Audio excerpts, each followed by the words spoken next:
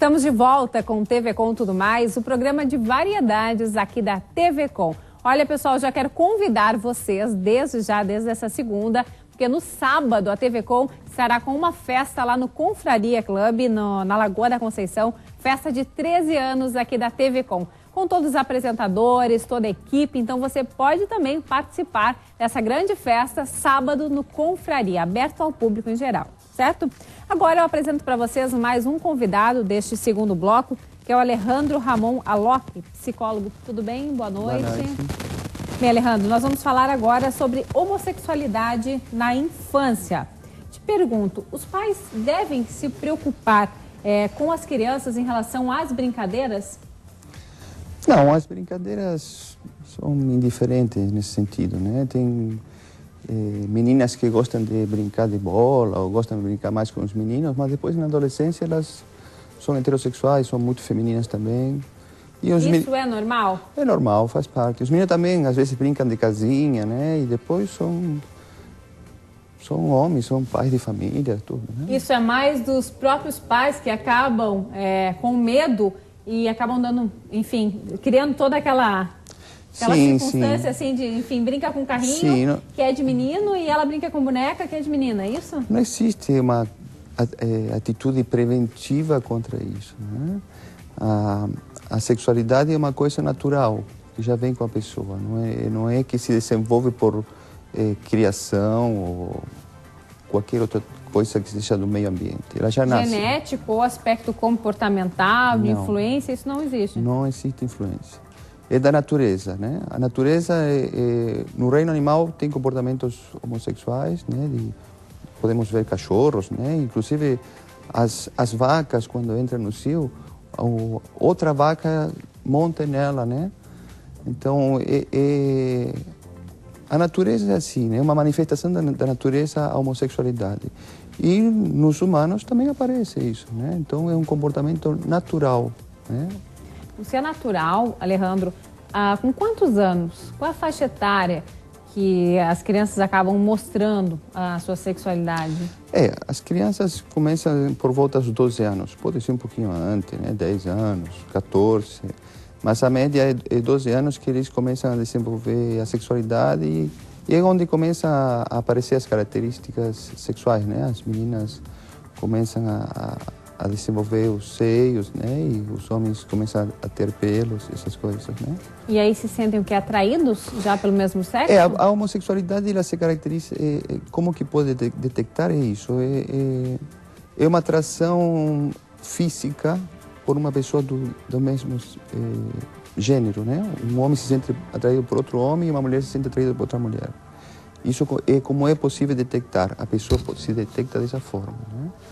Claro que nessa idade é muito confuso, né? Porque nessa idade eles estão descobrindo a sexualidade.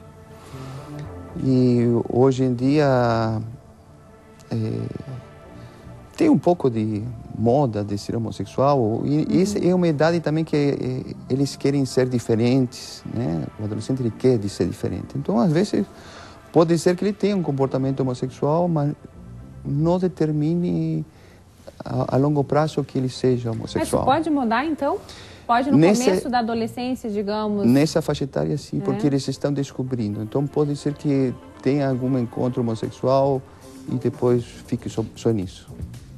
Existe alguma forma de ter essa certeza, já? De eles se darem conta que são e ponto final?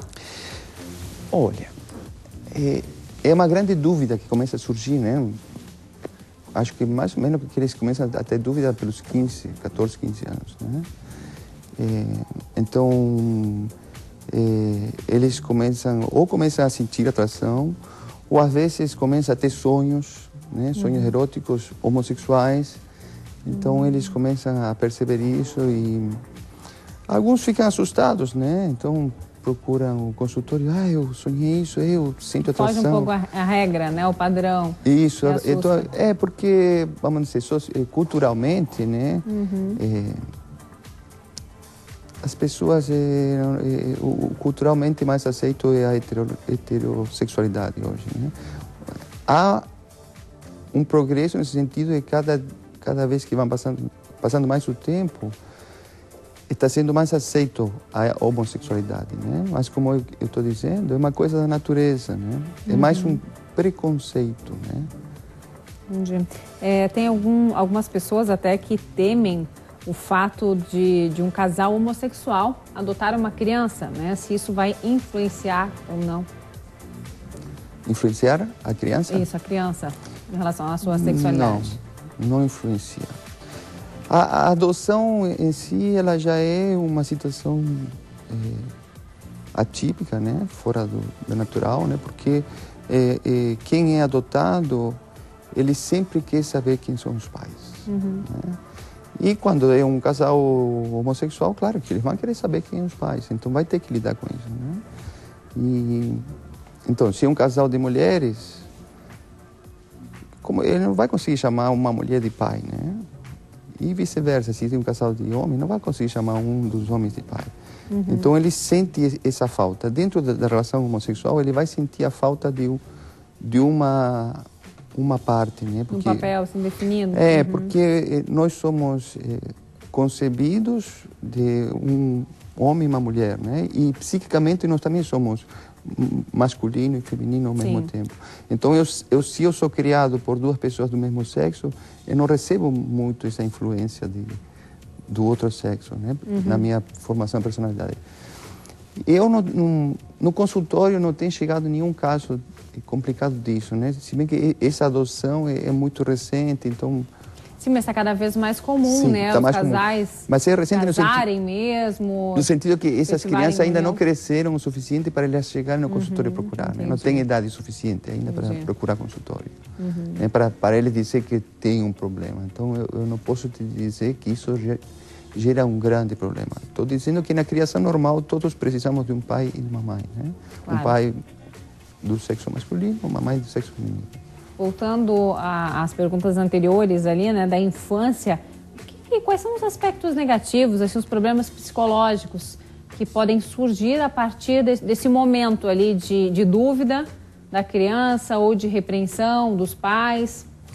O problema central da homossexualidade é sempre a rejeição. Né? Rejeição externa, né, social, ou seja, da sociedade ou também da família, né? Como que a família vai me tratar? Será que eles vão gostar de mim do mesmo jeito? E geralmente, não vou dizer todos os casos porque é impossível dizer assim, né? Mas tem muitos casos que a gente vê que eles têm uma hipersensibilidade à rejeição. O que quer dizer hipersensibilidade? Qualquer coisa é interpretada como rejeição, né? Então, às vezes, as pessoas têm que tomar muito cuidado com elas, porque senão... Com o que diz, com a forma que diz. Exato. Então, a rejeição é o tema central da homossexualidade.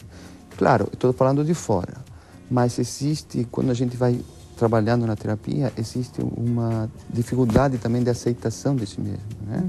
Todos nós temos algum tipo de rejeição, né? Hetero e homossexuais, mas no homossexual isso se torna um pouco mais marcante. A rejeição, existe algo comprovando que é maior por parte da mãe ou do pai? E, geralmente a mãe é mais do filho mesmo, né? Mais protetora, acaba vendo os dois lados. A mãe tem um amor mais incondicional, né? Sim. Então ela sempre aceita tudo. O pai, às vezes, ele tem um pouco de receio no começo, não sei o quê, mas no fim das contas, sempre cede. O amor que ele sente pelo filho, ele acaba cedendo, né? É difícil. Claro, tem casos que o pai rejeita, não quer saber, né? Mas isso era mais antigamente, né? Hoje em dia a cultura mudou, como digo, está mais aceitando mais isso, né? Quais são os sinais, Alejandro, que essas crianças podem emitir já nesse sentido, a partir dos 12 anos? O que eu te dizia, às vezes podem ter sonhos, ou eles... Assim, os sinais mais fácil de os pais observarem, não, né? Os pais não vão detectar. Não tem como. Não vão detectar. Às vezes tem vamos dizer, um menino que tem trejeitos, tudo, mas ele é hétero. Né? Ele tem trejeito porque de repente está mais identificado com a figura materna, né? Então, ele tem mais trejeitos, mas ele é heterossexual, né? E Isso também, agora pensando no que você falou, de ele ter esses trejeitos ou, né, andar de uma forma diferente dos outros homens, o fato das pessoas observarem isso na rua, não dentro de casa, e fazerem piadinhas, né, ou comentários, pode influenciar esse rapaz, por exemplo, na opção sexual dele? Não, porque quando ele é levado para chacota, né, ele se sente ferido na autoestima dele, independente se ele seja hetero ou homossexual. A brincadeira, ele acaba ferindo a autoestima, né? Hoje chamam de bullying, né? Então, eu percebo dentro do set terapêutico que os homossexuais, tanto homens como mulheres, elas têm existe uma desvalorização da figura paterna. Eu não consigo ainda descobrir por que acontece isso, né? Mas eles têm uma desvalorização dessa figura paterna, tanto os homens como as mulheres, né? Não quer dizer que não gostem do pai. Às vezes até gosta do pai, mas o pai é diminuído, não é tido como uma figura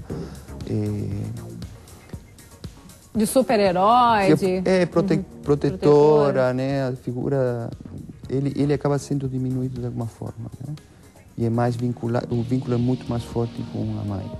Vínculo forte não quer dizer que eu adoro minha mãe, também pode ser um vínculo de aversão. Eu odeio minha mãe, né? Mas esse é um vínculo forte.